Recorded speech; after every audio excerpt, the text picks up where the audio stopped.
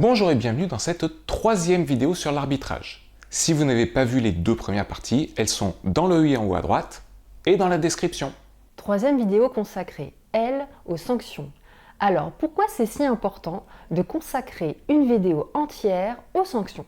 Parce que c'est très important pour le bon déroulement d'un match. Il faut donner les bonnes sanctions. Quand tu dis sanctions, j'imagine que tu veux parler des cartons. Oui, mais pas seulement. Comment ça? Il y a des sanctions qui ne sont pas des cartons. C'est plutôt l'inverse. Il y a des choses qu'on ne sanctionne pas, donc pas de carton. Il ne faut pas sanctionner d'un carton un acte non sanctionnable aux yeux du règlement. Oui, et donc? Et donc, il faut bien connaître tout ce qui est sanctionnable. Les cartons sont répartis en 4 groupes. Le premier groupe porte sur toutes les fautes liées plutôt à l'inattention, le manque de contrôle, l'excès d'engagement sans danger pour l'adversaire ou pour l'esprit sportif. La première faute est sanctionnée d'un carton jaune et toutes les suivantes d'un carton rouge, donc un point pour l'adversaire. Et un jaune, sauf si... En effet, on donne un carton seulement si c'est la toute première sanction. Si le tireur a déjà écopé d'un carton pour une autre faute, quelle que soit la couleur, c'est un rouge direct dès la première faute du premier groupe. On ne donne un carton jaune qu'à un tireur blanc comme neige. Bien vu. Et qu'est-ce qu'on a dans ce premier groupe? Quelques exemples valables en 2024, quand on crée cette vidéo.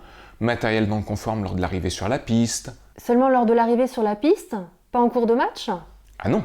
La responsabilité du tireur, c'est d'arriver sur la piste avec du matériel qui marche. S'il tombe en panne pendant le match, c'est pas sa faute.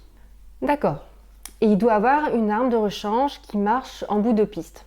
Sinon, c'est aussi un carton jaune, premier groupe. Je reprends mes exemples. Tourner le doigt à l'adversaire, on arrête l'assaut parce que c'est dangereux, et carton jaune. Mais pourquoi je tournerais le dos à l'adversaire? Tu penses avoir touché ou avoir été touché, tu t'arrêtes et tu retournes à ta ligne de mise en garde alors qu'il n'y a pas de touche. Ah oui, c'est l'arbitre qui me dit qu'il y a une touche. D'où l'importance de parler fort. Voilà, on n'en sort pas.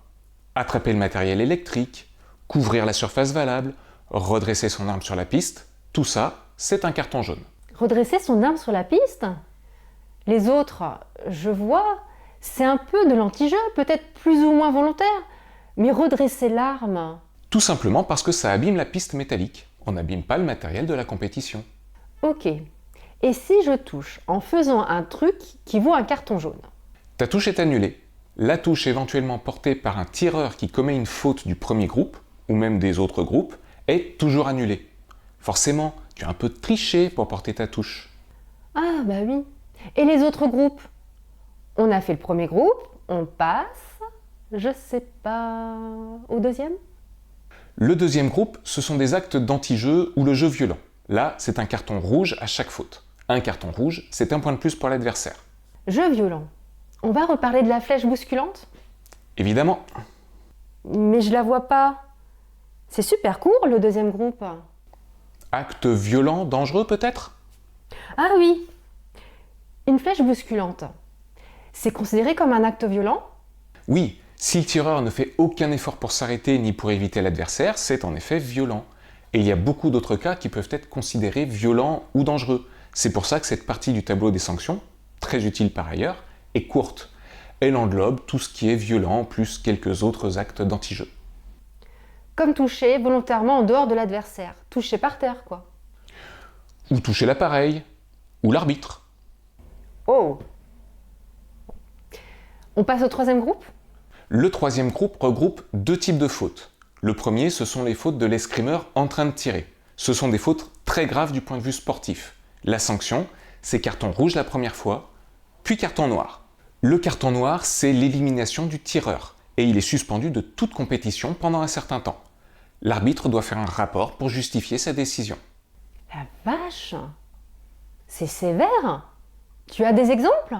Le règlement est un peu vague sur cette partie du troisième groupe. L'exemple typique, c'est de ne pas combattre loyalement. Par exemple, en se laissant toucher, ou insulter son adversaire. Et tu disais qu'il y a deux types de fautes dans le troisième groupe? Oui, la deuxième catégorie, ce sont les fautes de l'escrimeur qui n'est pas en train de tirer, ou de toute autre personne, coach ou public. Ils peuvent faire des fautes? Oui, un tireur qui prend la leçon avec son maître d'armes sans porter une tenue d'escrime par exemple. ou un coach qui donne des consignes entre le aller et le halt pendant la touche. Et on fait quoi dans ces cas-là? La première fois, c'est un carton jaune. Si c'est un coach, on peut l'envoyer en tribune. La deuxième fois, c'est un carton noir avec exclusion du lieu de la compétition.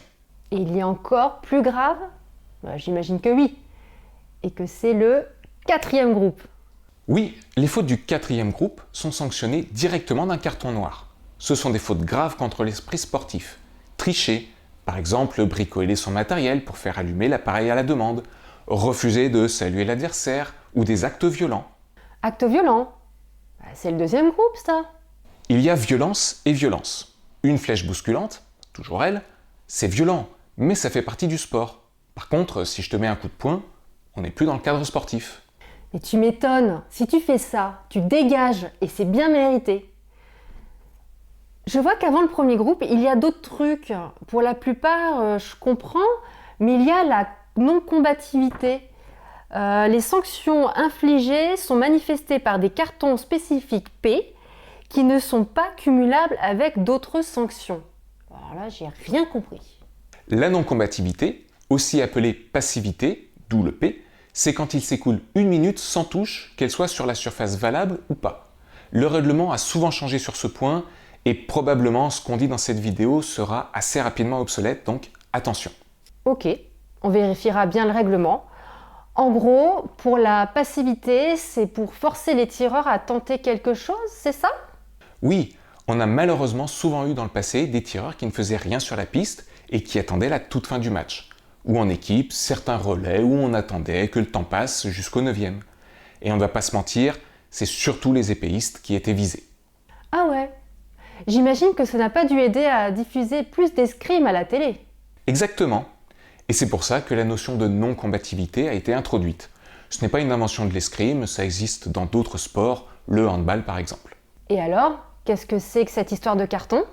À l'heure où on fait cette vidéo, c'est assez simple et, avis personnel, j'espère que ça va rester comme c'est un moment. Au bout d'1 minute sans touche, l'arbitre arrête le match et donne un carton jaune P aux 2 tireurs. Et donc, si j'ai bien suivi, si un tireur a déjà un carton jaune pour autre chose, il prend un carton rouge. Justement pas. C'est la particularité des cartons P, ils ne sont pas cumulables avec les autres cartons. Ah, c'est ça que j'avais pas compris. Ok. Et après? S'il y a une autre non-combativité pendant l'assaut, l'arbitre donne un carton rouge P aux 2 tireurs. Carton rouge donc, une touche de pénalisation pour chacun. La 3e fois, l'arbitre donne un carton noir P. Noir? Mais c'est sévère là. Élimination, suspension et tout le tout team? Non, c'est effectivement un carton noir, mais pas comme ceux dont on a parlé plus tôt. Là, ça veut juste dire qu'un des 2 tireurs va perdre le combat, rien de plus. Oh, ça me rassure. Et quel tireur gagne? Celui qui mène au score, tout simplement. Je sens que je vais regretter la question, mais s'ils sont à égalité? Dans ce cas, le vainqueur est celui qui a le meilleur classement au début de la compétition. Si aucun des 2 tireurs n'est classé, on procède par tirage au sort. Évidemment, on ne donne le carton noir P qu'au tireur perdant. La pièce! Carrément! C'est un choix comme un autre. Peut-être que ça incite plus à ne pas en arriver là. Et par équipe, comment ça se passe? Les cartons P sont attribués aux équipes entières. Pour le reste, c'est comme en individuel. J'ai bien compris. Mais je sens que tu vas ajouter quelque chose pour m'embrouiller l'esprit. Juste quelques points de détail sur cette histoire de non-combativité. D'abord, il n'y en a pas à 14-14 ou 44-44 en équipe. On recommence à compter la minute au début de chaque période ou relais et à chaque touche, valable ou non. Une flèche, je dépasse, je touche, pas de point, mais on reprend à 0 pour la non-combativité. Même les touches à terre? C'est facile alors. Dès que je sens que la minute approche, hop, un petit coup en dehors de la piste et le tour est joué.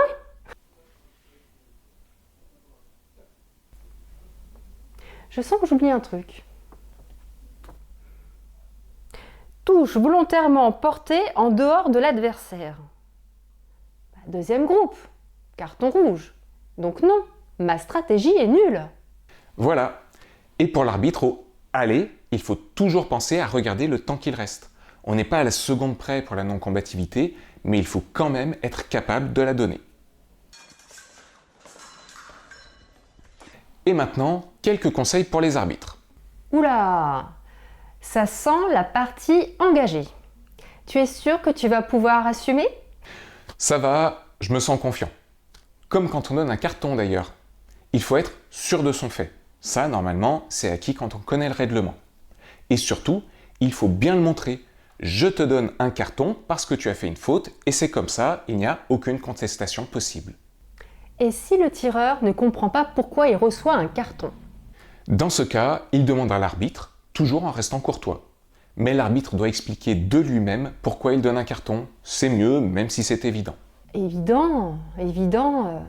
Encore faut-il connaître le règlement. Et c'est peut-être pas le cas de tous les tireurs. Et c'est pour ça qu'il faut bien expliquer.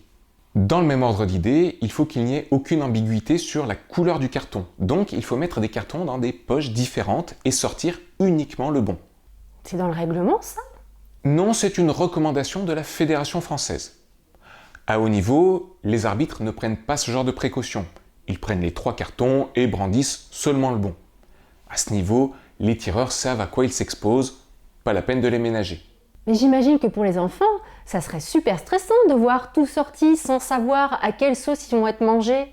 Oui, sachant que pour les enfants, on peut imaginer ne pas sortir de carton du tout. Jusqu'à M13, la pratique de l'escrime doit rester ludique, même en compétition.